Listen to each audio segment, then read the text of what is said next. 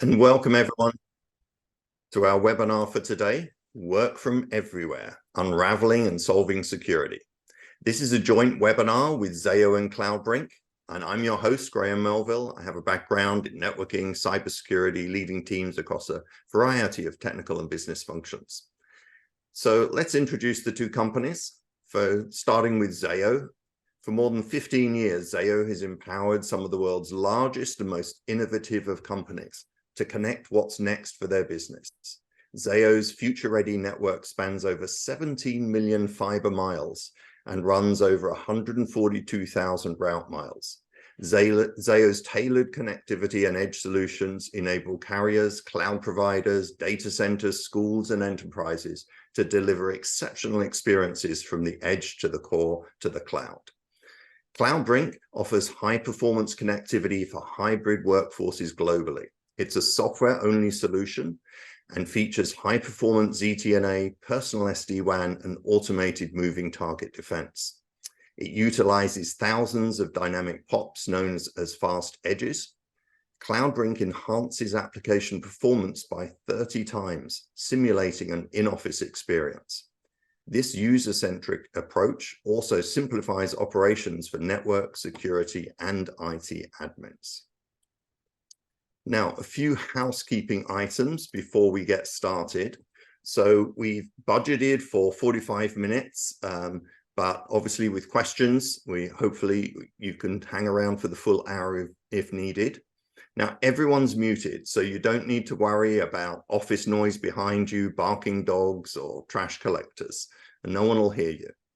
The chat button will be enabled to share comments and reactions there. And the Q&A button is where you put your questions in. So as the panelists are speaking, if you have questions that you'd like to ask them, you can put them straight in there and they'll go to all the panelists. Now, the panelists might not be ready or notice them to answer them immediately, but we'll get to the questions at the end of the webinar. And if there are any questions that we don't get to, don't worry, we'll be sending out the answers to those after the webinar. So everything will be taken care of. Now, let me introduce you to the panelists. So as I mentioned, this is a webinar with CloudBrink and Zayo, but we're also very privileged to have Carl Governor. Carl Governor is a CTO at Struction, a rising early stage fintech company based out of Cincinnati, Ohio. They're focused on commercial construction space. And in addition, Carl serves on several boards and advisory teams, and he also coaches C-suites, venture investors, and entrepreneurs. Carl retired from Northwestern Mutual in 2020, where he was CIO and head of innovation for this 30 billion insurer for over 15 years. So welcome, Carl, and thank you for joining us today. Great to be here. Now, Sean Edwards serves as Chief Security Officer at Zayo, headquartered in Denver, Colorado. With over 25 years of experience in cybersecurity, his expertise spans risk management, compliance, and governance. Sean has held high-level positions at major corporations like Nokia, Visa, Dell, and Western Union, making him a veteran in his field. He has a multifaceted role at Zayo, encompassing cybersecurity, physical security, as well as application and product security. So welcome, Sean. We look forward to hearing from you too. Thank you. Thanks, Graham. And lastly, CloudBrink is represented by their CEO, Prakash Manna. Prakash brings a unique blend of business savvy and profound technical knowledge. Prakash is leading the charge in bringing this game-changing innovation to the market. Now, before taking the helm at CloudBrink, he served as Chief Portfolio Officer at PulseSecure, where he was instrumental in shaping the vision, devising the strategy, and setting the roadmap, as well as steering the go-to-market approach. Earlier in his career, Prakash was tasked with overseeing the NetScaler security business at Citrix. Now, let's move on to some interesting stuff. And we'll start with some context for this webinar, we've just picked out a few fun facts that will help set the scene, and I'll explain a little bit more after we've gone through them. So looking at an ADP survey in the office, if required to turn to the office, if that was the mandate at companies, then 64% of workers would look for a new job. Now, the interesting thing is that goes even higher with younger people. So for younger people, 71% of 18 to 24-year-olds would look for a new job if they were required to return to the office. Now, moving on to Forbes, a more recent survey, Forbes found that 98% of workers want to work remote at least some of the time, and 16% of companies now fully operate in a remote mode. The interesting thing on the 98% of workers want to work remotely, in an earlier study last year by Gallup, that was 91%. So it seems like even though COVID's over, people have had to go back to the office, they're not happy about it, and more people want to work at home. But wait, there's more. At the beginning of the summer, Enterprise Management Associates conducted a survey of networking and security professionals regarding how technology is impacting work. And there are some very interesting results from them. So the top challenges that were found were poor Wi-Fi, the ISP quality, and the distance from applications, which obviously relates to the latency that people would then find in their network. Less than a third of organizations felt that they successfully had overcome and sorted out the networking issues for remote workers. And of those who claimed that they were successful in increasing, of fixing networking issues, increasing VPN bandwidth was one of the solutions, or the most popular solution, with those workers. Now, security was most important to all of the different types of workers and the different levels, except to the execs. It was interesting that the executives who valued performance more than they did security. And obviously the execs are closer to the business. And so on the business side, people were preferring performance, but on the technology side, people were preferring security. And lastly, zero trust came over as hard and complex. So zero trust technologies such as SDP and ZTNA were considered more complex to implement and needed a larger workforce to support it than those that were using other technologies. So I'm going to stop sharing my screen now so you can get a better view of the people that we are working with today. So the point of these statistics is actually to remind us that the choice of secure remote access solutions and the policies for remote work actually have a direct impact on business. So in this webinar, we're going to look at the challenges for security for remote workers, what the security stack needs to look like, and, you know, with the new work from anywhere normal, where does the user experience fit in? And we'll end hopefully with an example or two from companies that are leaders in the work from anywhere revolution. Now, just a reminder to those who have just joined, you can use the Q&A button to send in questions and they'll come straight to the panelists. And if we don't see them and answer them at the time that you ask them, we'll get back to those at the end. So as we're moving to this new normal of people working from anywhere, Carl, let me ask you, as CIO, you've obviously headed up some massive organizations, and now you're a CTO as well at Struction. From your vantage point, what are the significant issues that IT teams and companies are facing? Yeah, so first of all, welcome everybody to the show, to the webinar. I will say that I had a little panic moment just a minute ago because I lost power in my work from home environment. But fortunately, I have a battery backup, and my router has a battery, and I do have a generator. So my business continuity plan worked. I did drop for a few seconds, and I know the people that are running the show were freaking out. So sorry, it is snowing here where I live. Okay, so issues. for at the highest of levels, when you think about it, the job of a chief information officer, head of technology at these large companies, it's all about risk. It's all about managing the downside. It's all about understanding what could go wrong, right? In addition to delivering and managing costs and all those other things, managing risk is your primary role. So with the pandemic, we have made work from anywhere normal. Clearly, that happened. We had to do it. But now, 3 years later, you even hear some rumblings in the news where companies are doing mandates to come to office, and people have to be in the office, whatever number of days a week or whatever. And we all know that people want to do what they want to do. And if they're going to work wherever they want to work, they're going to choose that environment. And so therefore, I'm of the belief that prohibition, as in the 1920s, won't work for this particular issue. So let people do what they got to do. They know when they got to come in the office. We all know that innovation is a contact sport. And if you're going to get around the table and use a whiteboard, yeah, that's probably better in person than having a digital whiteboard, although that works too.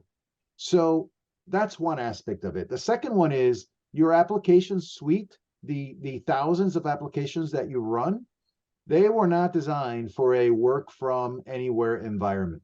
They were designed and run very nicely with your network connected offices and in your corporate headquarters and in offices that are connected via very high speed links to your data center. And so therefore, when you combine those two, it makes for a somewhat crummy experience, right? And we've all seen it. Hey, can you turn off your video because you're breaking up? Or hey, can you reconnect because the Zoom isn't working, or whatever the conditions may be. Can you come back into the Microsoft team meeting? We've heard those before. Those are in addition to you're on mute, those are famous pandemic words. So let's talk about specifically the issues as a result of those kind of macro things. Network and security, what are the issues there? So first we have how the attack surface has increased, right? So you've gone from hundreds of networks to now thousands, if not thousands, tens of thousands of networks, because every individual out there presents a network and security challenge. So think about it. You give them a computer, you give them a printer, you give them a monitor, you give them sometimes a desk and one of those ring lights, and you give them all the equipment they need in order to work from home. You even buy them business grade internet, but still that last mile from that home to where the internet service starts, that could present a challenge. Multi-factor authentication, managing access controls, dealing with the regulators, educating employees, sending them, fake phishing campaigns. All those things contribute to having a better cybersecurity posture. But at the end of the day, the weakest link in all of this work from anywhere environment is the network infrastructure, which leads me to the second issue, that is of the network. Network and security infrastructure at that home needs to be a priority for CIOs. You need to provide the right network capacity. You need to provide the right redundancy. You need to provide the right reliable access to those services. And using your application services in a work from home environment needs to be as seamless as doing it as if you were in the office, which leads to the third challenge, which is that of VPNs. I know where I have been, we used to have banks and banks of VPN hardware, all consuming a tremendous amount of bandwidth, all with a fixed capacity, and scaling that is complex and costly. Okay, it's very difficult. So you need to start thinking about setting a priority as CIO to figure out what do we do with all this VPN infrastructure, and instead moving into a modern connected network and security stack that is integrated with modern security protocols like TLS 1.3. Finally, when you think about how the security surface has expanded, the network infrastructure, your legacy VPN, that leads to probably having a team of network professionals that all they do is chase their tail, running and supporting and dealing with, hey, my network at home doesn't work, and you got to send somebody out there, and it turns out it was your son's Xbox that was running at the wrong time that gave you the bad experience, or a little cable is off by the router, or just things like that that contribute towards a higher level of support, you will be able to reduce your support cost, your support structure, and users it will enjoy that experience. So removing all that complexity, providing a zero trust stack, blending that in with modern security will increase, which at the end of the day is a priority for CIOs. It will increase the cost, the engagement of the employees, of the customers, depending on how you deploy it. And those are issues and business problems that CloudBrink helped us solve. Back to Thanks, you, Graham. Carl. So Yeah. thanks for that, Carl. So that's interesting. That shows us the state of play today. Do you have any thoughts or vision on how things are going to change in the future? I mean, if people continue to work from home, what's going to happen with technology, and what challenges would that bring along? Okay, well, when you talk about the future, it's difficult to predict anything, right? Who knows? And we've all seen what has happened in the last 4 years. Who would have ever predicted that in 2019, all those Zoom and Microsoft Team and even Skype users would become very familiar with how to use those applications, right? But let's fork it and say, okay, let's talk about the future over the next, 2024, right? Let's just say the next 12 months. Given that this year is almost gone. To me, the CIO needs to prioritize and help the network and security colleagues that are in the team, help them prioritize that end user network connectivity, and how do we provide the best and most awesome experience for people to work from anywhere. Number one, it sends a signal that you care about those individuals. You see, in most corporate headquarters, prior to the pandemic, the remote worker was almost yeah, whatever, you're connected and you're the one person, we're all here in the room, and it was difficult to get in on the call, and it was difficult to have your voice. Now it's become normal to have 2-3 people around the table, and maybe 6 or 7 people over on the Zoom or the Microsoft Teams. So prioritize it so they have a good experience. Secondly, I believe the future is going to be a new set of protocols for this adapting world. We have changing conditions in latency, changing conditions in the network environment, the security environment, and also latency becomes an issue, which you're going to have to deal with. Enhanced security protocols need to be dealt with. And listen, it isn't just, just go to Best Buy and buy yourself a new Wi-Fi router, you'll be okay. That is not going to help. Okay, that is not going to help. It will if you have a Wi-Fi issue, but that doesn't solve every single one of these problems. So in the future, in the near future, I see a greater focus on this remote worker hybrid environment, giving them the best possible digital experience that they can have. Okay, so now I want whoever's in the webinar, I want you to kind of teleport yourself 4 years from now, something like that. Well into the future. I believe that this Brady Bunch model of having heads in a tiled window, instead it's gonna transform into something that's gonna be significantly more immersive, with consumer grade glasses or even contact lenses, with the ability to have gestures. I just saw a commercial the other day for an Apple device. I think it was the watch, where they now have a gesture. I believe gestures are going to be part of a meeting. I had a meeting the other day on a Microsoft Teams where I did something and balloons came up. I didn't really like that, but yeah, indeed, they're trying to get cute with those things. But I do think, Graham, that we will have kind of virtual desks and people sitting around a table and being able to have a more comfortable meeting environment in a remote setup. That is going to chew up bandwidth. It's going to imagine hacking into one of those meetings. Now you're an avatar talking to other people. At least here we know it's not you. So I do believe that the network security requirements for the future will continue to increase. And more importantly, we got to provide the best digital experience to our users. And that should be something that is a priority for the CIOs. And again, it's something that I see my other colleagues that are going to be on the call are going to talk about how they provide those solutions. Thanks, Carl. That's great. So you mentioned security a couple of times there, and let's dig a little deeper into the security side. So Sean, as Chief Security Officer, what observations do you have, and where do you think security is going to be headed? How are things going to change on the security front? Yeah, a couple things I'll comment on there.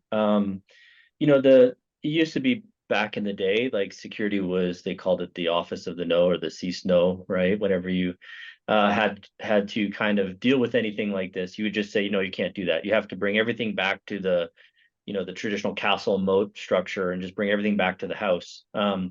The reality is, though, nowadays is that there's a kinder, gentler security. Organizations are mostly there. We're about business enablement, about empowering the organization. I think the pandemic really kind of pushed that forward for a lot of organizations and really kind of changed the thought process by which we operate.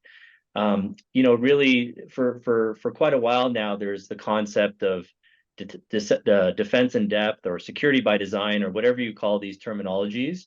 But really, it's about a multi-layered approach. It's really about actually making sure you're not just doing a one-stop shop or one-trick pony kind of scenario, but that you're thinking about how to actually build out your infrastructure, build out your controls, build out your capabilities in a way that's actually going to offer a multi-layer defense model.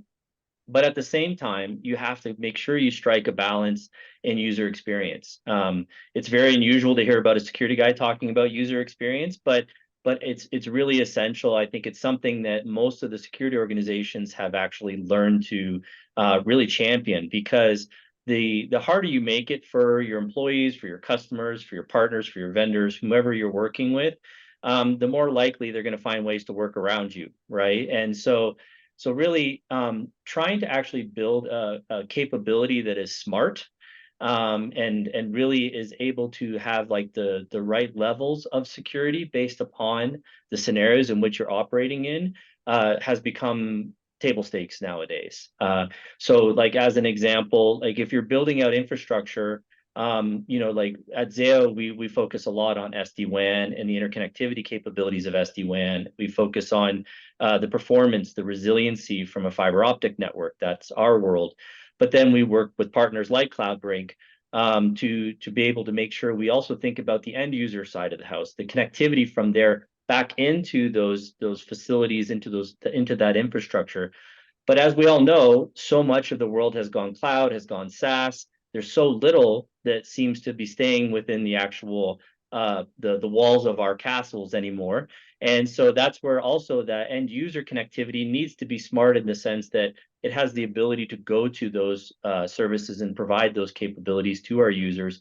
And it has to be frictionless. The user can't know the difference between them going to a SaaS solution, a cloud provider, or right into your data center. That should all be transparent and simple to the end user experience. And the better you can do that, I think it's this partnership between the technology teams and the security organizations to make sure that is frictionless. I know we touched on briefly around zero trust, and I do agree it is not easy to do.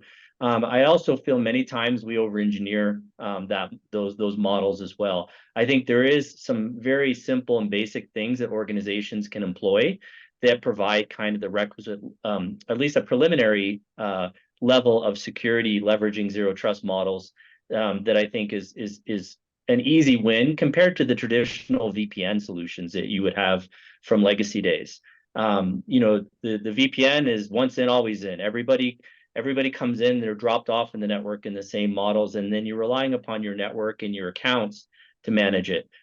That's where defense in depth comes in. But I think having the ability to do more zero trust capabilities says that things like, for example, I can at Zayo, my employees have different level of access than my consultants, than my contractors, than my partners. They all have different levels based upon their roles that they come into our environment in. And access to different applications and different time windows and et cetera.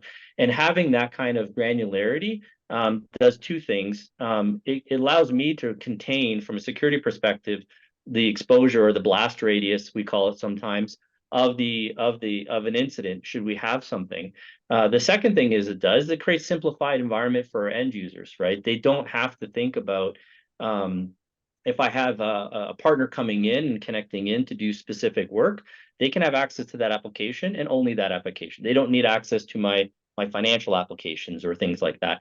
I can be very prescriptive in it, and it helps me as a security practitioner to keep those parameters in place. I can also briefly just comment on that. I know a lot of the time challenges is it seems daunting, right? It seems like, how do I build all these layers of defenses and such? The one thing I have found has been great. I've been at Zayo for about 9 months now, and has been my partnership with our organizational teams, right? Almost acting like a customer inside my company, and to where we're talking about design and architecture and helping me actually understand what options I have in order to build a better and stronger Zayo. And so I think that's been a great support solution for me, and I know that helps our customers as well. So it's interesting to be on both the customer side and also the provisioning side. So I'll stop there.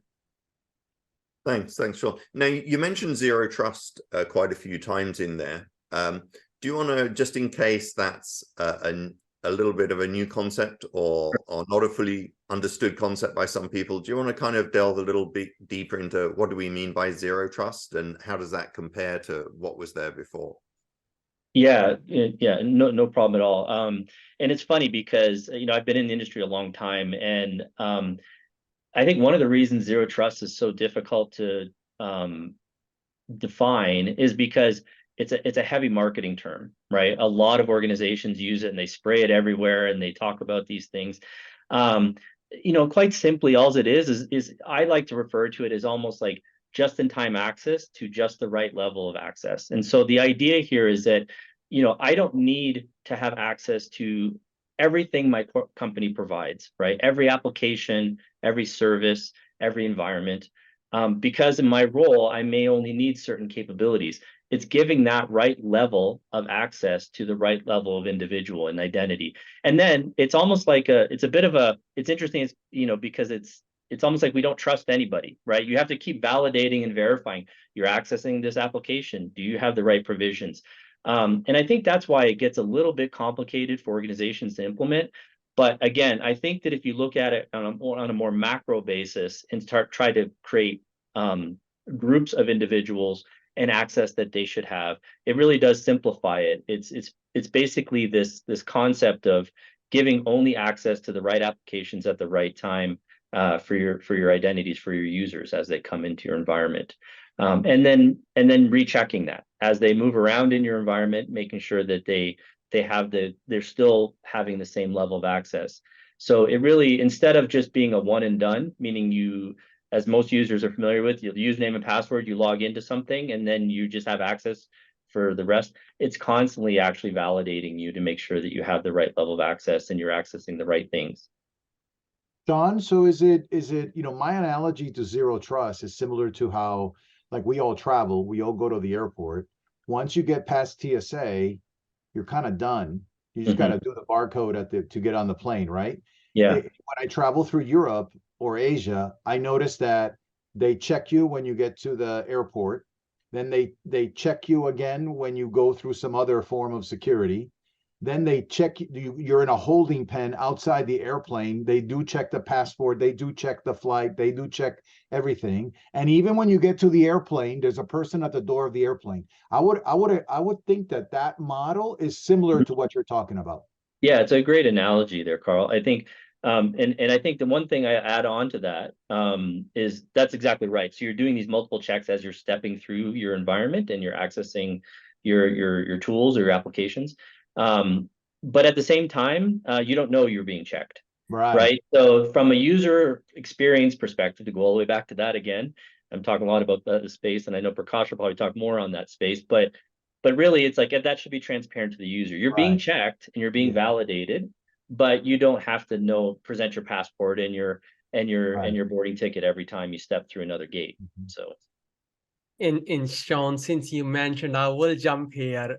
Yeah, One of the things very early on when we met, one of the things that inspired me about your mindset, as you started saying, right? Majority of the time, people think security organization is a place where you get everything declined, right? But you had this approach you had this mantra early on that security is not just about control, it's also about access, providing people the right level of access and giving them the right set of tools, right? And this brings us back into this point that modern workforce working from anywhere is as much of a security challenge as it is productivity challenge. So it's really about secure productivity.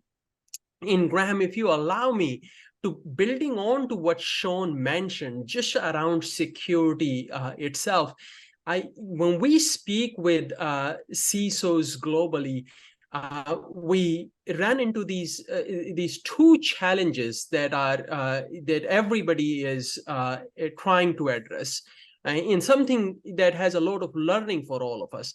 The first one is everybody talks about being perimeterless. But I think where they fail is with the definition of perimeterless. When speaking with customers, perimeter, everybody understands perimeter, which is around data center. But when you start thinking about perimeterless, people think perimeterless equals to just extending that security from your data center into the cloud. And what Sean pointed out is that while this is great, but it's really about left shifting it all the way to end user.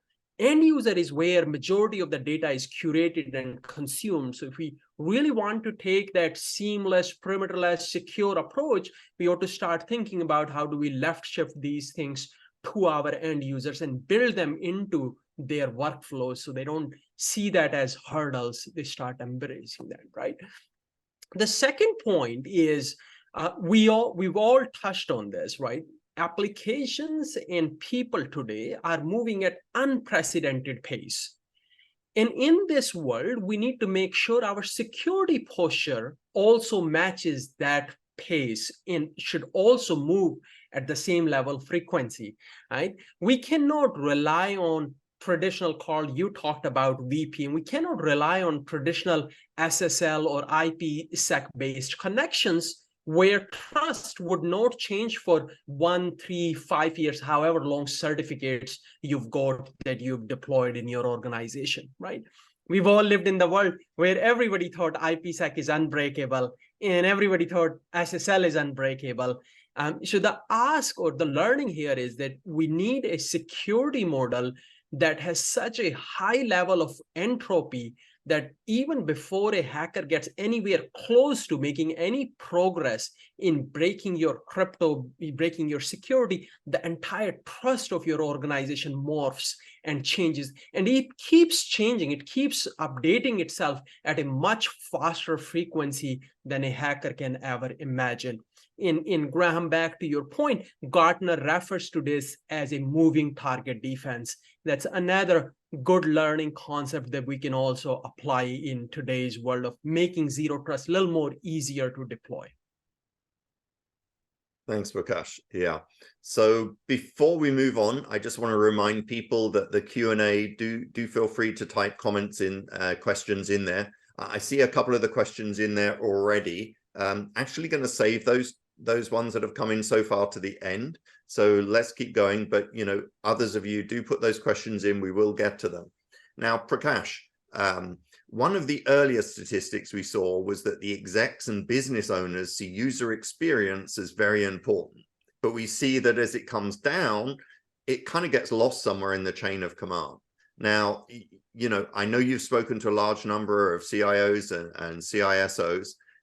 So what are you seeing here? What is the balance between security and user experience, and what's the answer? Thank you, Graham. Well, Carl touched on this briefly when he talked about hybrid work is a very high level tier 1 issue that every CIO, CXO is facing globally. Hybrid, from what we learn, hybrid work continues to be a board level conversation. It is now impacting workforce morale. It has now taken a center stage for companies' culture. People are making decisions based on what the hybrid work policy for my company is. Should I continue with this organization, or should I be looking for different roles? So stakes could not be more higher where we are. And when I speak with these CIOs and CXOs such as Sean and Carl here, I don't think they're looking for solutions such as increasing their VPN bandwidth. I think the goal here is, how do we deliver an in-office experience to my modern hybrid workforce that includes two things? First, it includes the enterprise-grade reliability over any consumer-grade broadband connections. Whether I'm sitting at an airport or a coffee shop, how do I get a reliable connectivity that provides me that same level of experience and speed that I'm used to of when I'm inside the office?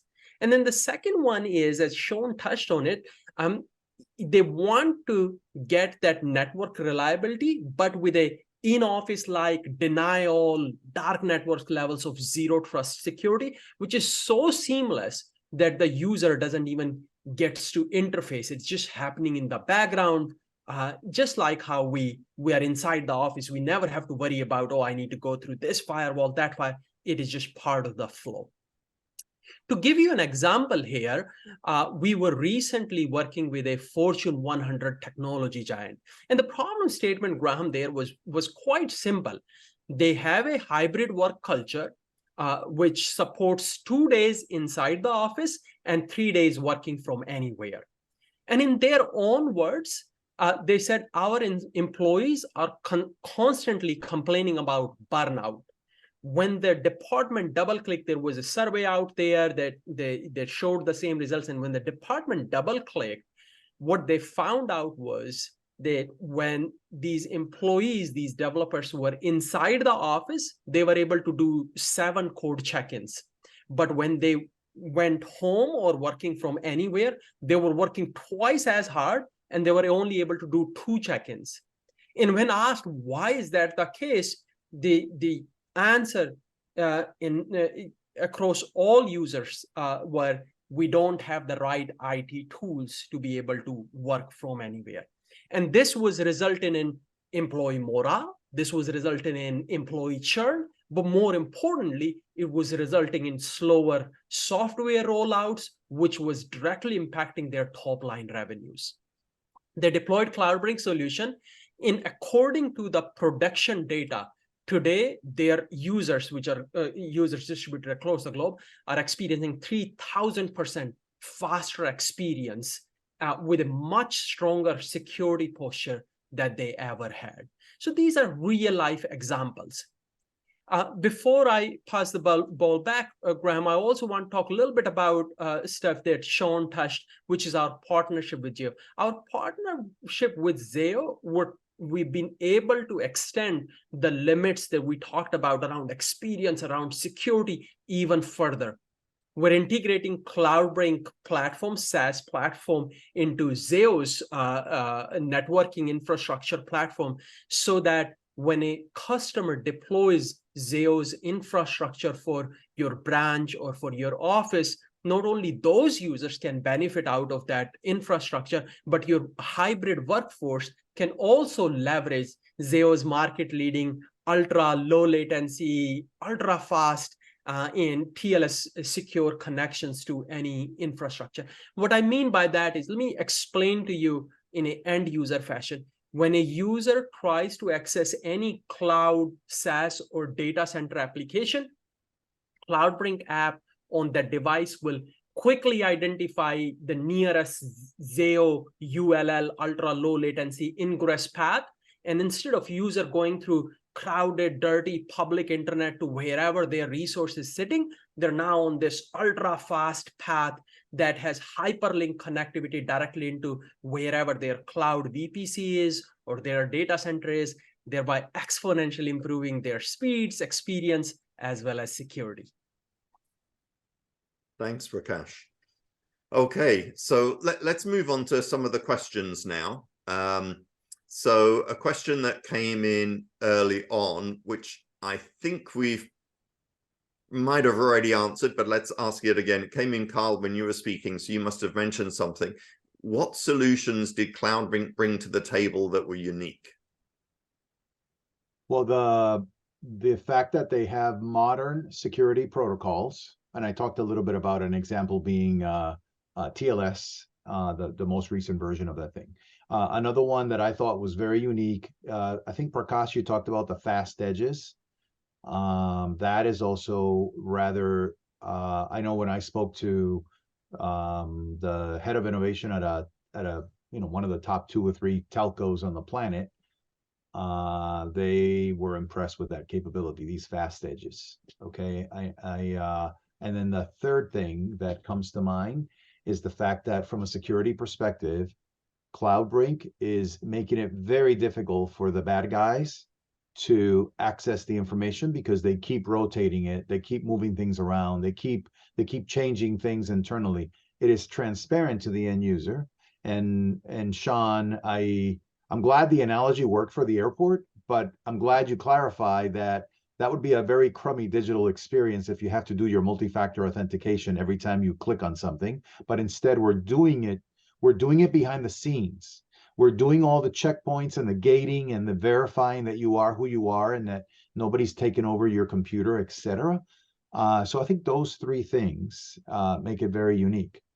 One last one that I'll add, and Prakash, you talked about the check-ins, code check-ins. So these are engineers. There's no worse thing that you can do to an engineer that's working with the 2 monitors, the Red Bull and the pizza going. The worst thing you can do is give them a choke point, an experience that allows them to be less productive. Engineers want to be productive. So if you take that class of user and giving them up to 30 times faster performance, they're going to write more code, and they enjoy doing that, right? They enjoy the productivity of that. Same thing applies to the end user, say in the sales space, and they're using, whether it's Salesforce or Microsoft Dynamics or whatever you use for your CRM. Try using that CRM on a poor connection, and you'll see that the screens get painted funny and the data gets, because they are assuming you have a fast Ethernet connection in the office. So for those professionals too, there is value in having that speed. Thanks for that. So just a reminder that we're doing questions now, but if any of you want to have a link to follow up and find more information, we've tried to keep it simple for you. So we've put everything in cloudbrink.com/Zayo-webinar. So there you'll be able to find some links to various assets that I think will follow up nicely to this webinar. So let's keep going on the questions though. So the next one is, I love the comment on just-in-time access. We are introducing the same in our organization. User requests for approval, and based on approval, we automatically grant them access, always authenticate. How do you encourage folks in C-suite to support the initiative? So we have three C-suites here. So who'd like to take that, Sean? I'll jump in, yeah, because I saw that come in, and I was thinking a little bit about it, and I'm thinking, well, how have I done it? How about that, right? So there's a couple things here, right? So I think it was Carl earlier talked about risk, right, as a foundational element, and I really think anytime I'm talking with my board or my executive teams, I'm always bringing it back to risk, right? Because it's a universal language, and I think it really helps facilitate that conversation. And so what is the risk related to just-in-time access or zero trust or any of these type of these needs that we have as organizations? And really, for me, it's about reducing that attack surface. It's reducing the amount of exposure you're putting the organization to. So why does that matter, right? So you start talking about areas around the breach issues, right? So the more you can actually compartmentalize and restrict, and I use that term very gently because, again, of the user experience, but really provide the right level of access at the right time. I think the less exposure you have to your organization, thereby mitigating that same risk that I was talking about. Additionally, one thing I have found, I have spent a lot of time in financial institutions, very much more traditional, much more restrictive in the sense that you bring everything back into the corporate and then you go out to the internet. There's no going right from your system right to the internet, which is a bit of the older models, right? But at the same time, there's a couple things that happen there. There's expense. I think Carl was again talking about this, the banks of VPN concentrators and having all the bandwidth and pipes to come back into your data center to then only swing it right back out and through a proxy and back out to your internet, right? So it's a very inefficient and very costly way of actually having that access. Again, building things correctly, you can actually have that same user experience, same level, maybe even increased security controls, depending on how you've implemented it, and then also reduce costs. It's almost like a triple win if you're able to position that properly with your C-suite and with your organization. Really, at the end of the day, I think there was a metric Graham brought up around the performance and how like the executives and the C-level typically want to look at, just give me the performance. I don't care about security. In this way, you can kind of dance that fine line in order to say, listen, I'm going to give you the performance because I'm going to let your users go straight to that cloud app, but I'm still going to ensure the security. So you can solve both those problems with the same statement. Okay, thanks. So that ties a little into another question here. That is, so for immobile employees, i.e. those working from the office or those working from home, we can deal with securing access. But what do we do for mobile employees, those who are working from hotels, airplanes, Starbucks, etc.? So I don't know whether Prakash, you want to take a first stab at that, and then maybe Carl or Sean can add to it. Don't use those mobile networks. They're very, very dangerous. I would not encourage you to use something at the airport or to try to hawk some Wi-Fi from the 22nd floor and you live on the 21st floor. Don't do that. That's dangerous. But hey, you do you. Anyways, Prakash. With that, Carl, yeah, I'm happy to chime in.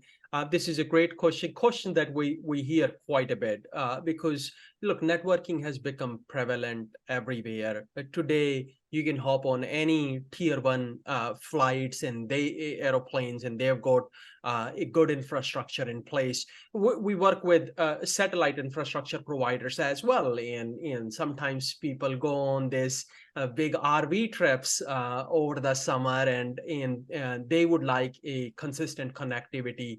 Well, the good news here is that new generation protocols, and these are the things that Carl briefly touched on as well, new generation of protocols allow us to do two things. The first thing they allow us to do is that they allow us to bring a much higher level of reliability on some of these inherently less reliable networks, right? What I mean by that is with the advantage of AI and other things, even on your Starbucks Wi-Fi connection or a United Terminal Wi-Fi connection, you'd be surprised the level of reliability you can get by some of these modern protocols that are available, and CloudBrink provides one of them as well.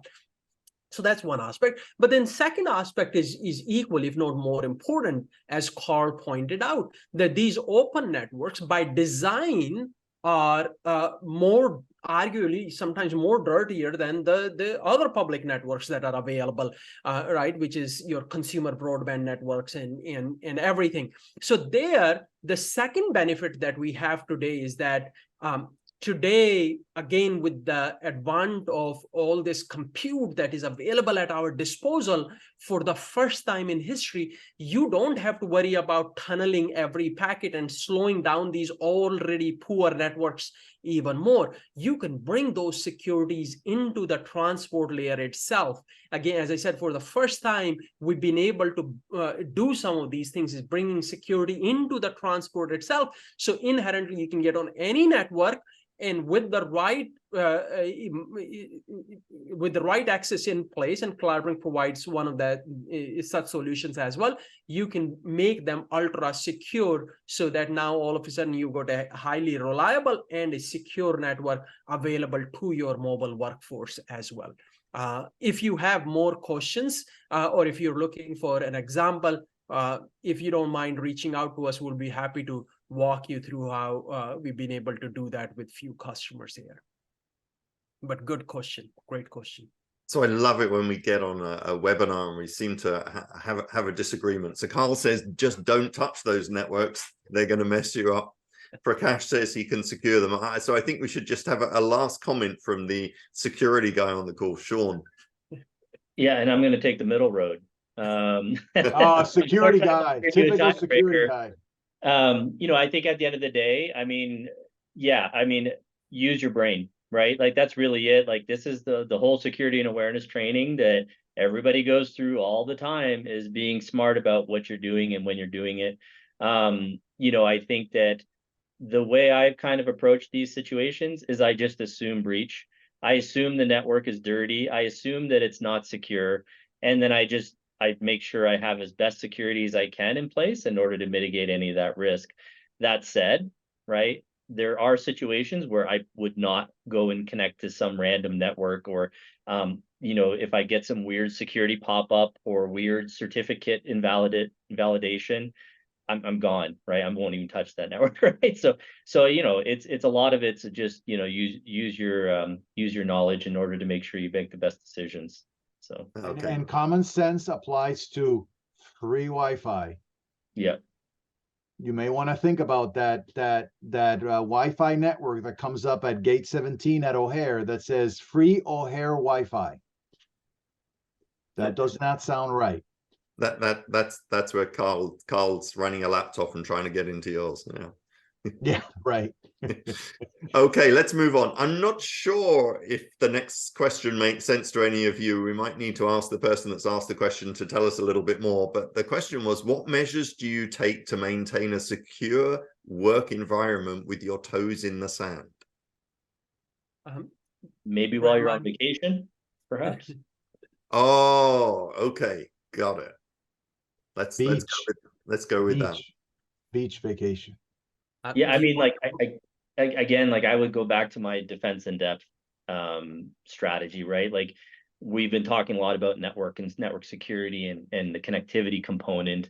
Obviously, you have endpoint protections, you have identity access management and multi-factor authentication, you do mobile device management, and you do cloud security, and you do encryption. There's a litmus of things that you employ as a security practitioner to ensure end-to-end and every step in between has some level of protection and security. So again, maybe to go back to the conversation about the O'Hare Airport, whether it's O'Hare Airport or whether it's some beach in Aruba, right? I mean, the reality is that you have to try to make sure from the user to their destination that you have end-to-end security built in throughout that. I will add one analogy also, which is gone are the days where your security strategy is like the strategy of an M&M. Hard on the outside, but very soft on the inside. And so you got to be very careful that you provide those defense in depth or rings of strength or whatever, depending on where you come from, what you call them. You need to provide those layers that protect you, because at the end of the day, I'll go back to the very first sentence I said, the role of you as a security network and CIO, if you take those three, is to manage risk and deal with the downside. And gone are the days where you just put one layer. Multi-factor. I had somebody the other day tell me, "Oh, but we have multi-factor authentication, and we just migrated to the app, so it's not just a text message." I'm like, okay, what do you have behind that? Nothing. Well, you're in trouble. Be careful. Got it. Graham, if I may add, Amanda, the good news again is that look, we hear consistently three things in Carl and in Sean touched on. And the first one is today, you'd be surprised at the level of simplicity that is available in some of the modern platforms, including CloudBrink, of course, where you don't have to give access to the entire castle, right? You can define it by the IP range, you can define it by at the per app level, you can define it on a per VPC, per subnet level. So as Sean mentioned, if you proactively build these policies in a much more advanced fashion, they're very simple, it will provide you far more peace. The second one is that I'll go back to that example that I gave. See, the good news there in that particular organization for the CIO is he doesn't have to force users to go through a secure method now, because the secure method provides so much faster, better experience. The users are obviously going through that. So build an interface, entice users to use that secure network by providing much better experience that they can get otherwise. And then the third one is that look, the demand on our networks on security continues to grow. So I always say, if you have an appetite, when you have your toes in the sand, the last thing you want to run is that, oh, we have an outage in the infrastructure. So there are so many services available. If your users are going cloud, if your apps are going cloud, you should also demand a SaaS-like service that can inherently scale however faster your apps and your users are scaling. I wish now would be the time that we put hardware with that Ghostbuster symbol, you know, that Buster symbol. No hardware. That was the thing that attracted me the most. Is now I'm a CTO of a small company. I didn't want to deal with hardware devices and deployment of things. When Prakash says SaaS, it really is. It's a software only solution. Okay, I'm going to do one last question, which is dangerous because we've got 5 minutes, and so let's have a very short answer from someone, maybe, or one or two. It seems that with the CloudBrink Zayo model, the last mile is reduced to the last 100 feet, or so to the close, in brackets, or so to the closest network ingress. And the question's gone away now, so let me quickly flip over to the answered tab. But aren't those last 100 feet still a problem? So I think this is talking about breaking up that last mile. So in telco language, last mile really just means to the router at the edge of the premise. But obviously there's still that network inside that, you know, some people call the access network, where, you know, your Wi-Fi is, et cetera, et cetera. So does someone want to quickly answer that one? Yeah, I'm happy to chime in, Graham. Taylor, could not agree more with you. Again, the good news is cloud native edge has become so prevalent that according to the latest stats, 84% of workforce lives no more than 7 to 20 milliseconds from a closest edge location.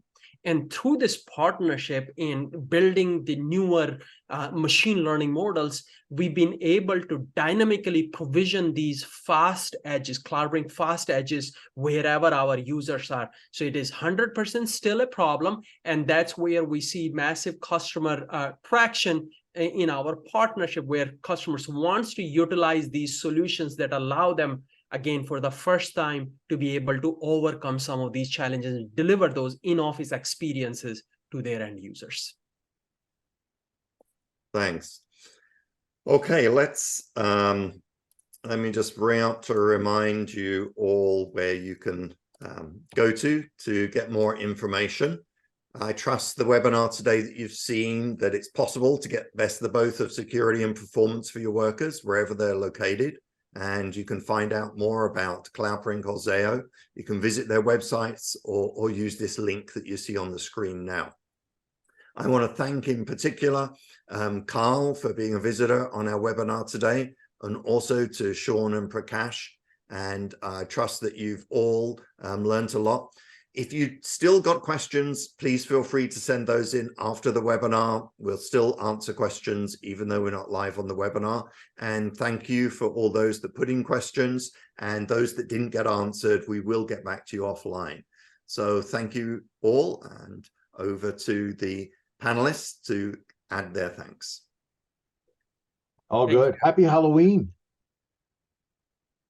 Thank you, everybody. Oh yeah, we should have all dressed up. No, I don't think so. I don't think so. Have a nice day, everyone. Hope you enjoyed the show. Bye, Prakash. Bye, Sean. Thank you, Graham. Thanks, everybody. Thank you for taking time.